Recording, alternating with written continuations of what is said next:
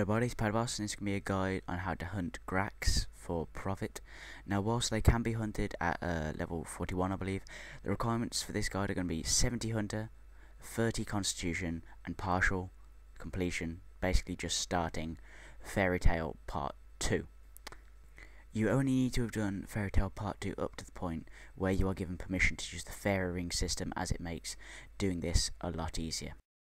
So here's what your armor setup's going to want to look like. Full Aribiterspar or Graahk, Draymond or Lunar Staff if you haven't completed part 3 of the Fairy Tales, Spotty OK, Gloves of Silence, and a decent shield, as the Graahks can actually do damage to you at lower defense levels.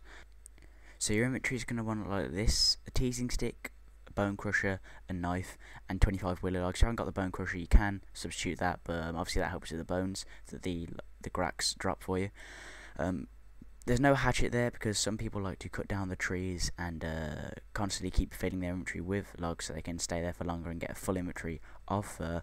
I prefer to do 25 logs at a time and speed up the runs.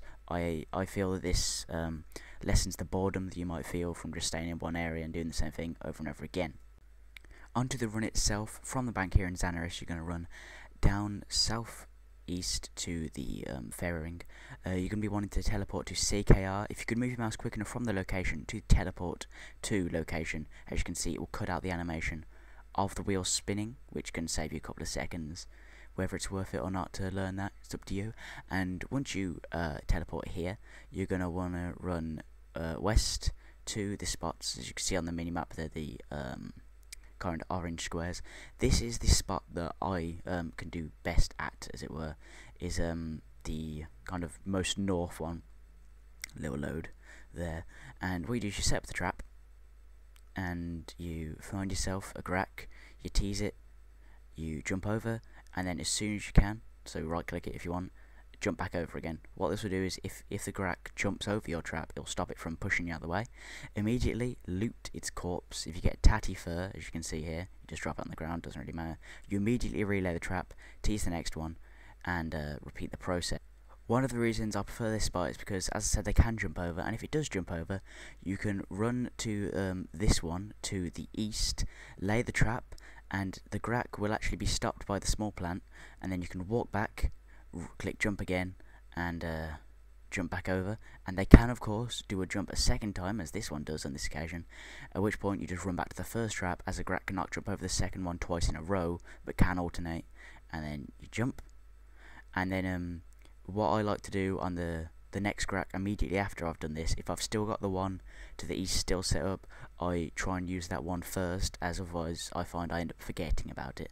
So that's just a little tip in case they jump. See, I'm going to tease him, run over to the one on the east, jump over it, wait for him to come, jump back over again, and he's going to fall into the trap. And now down to how much money you'll be making per hour using this method.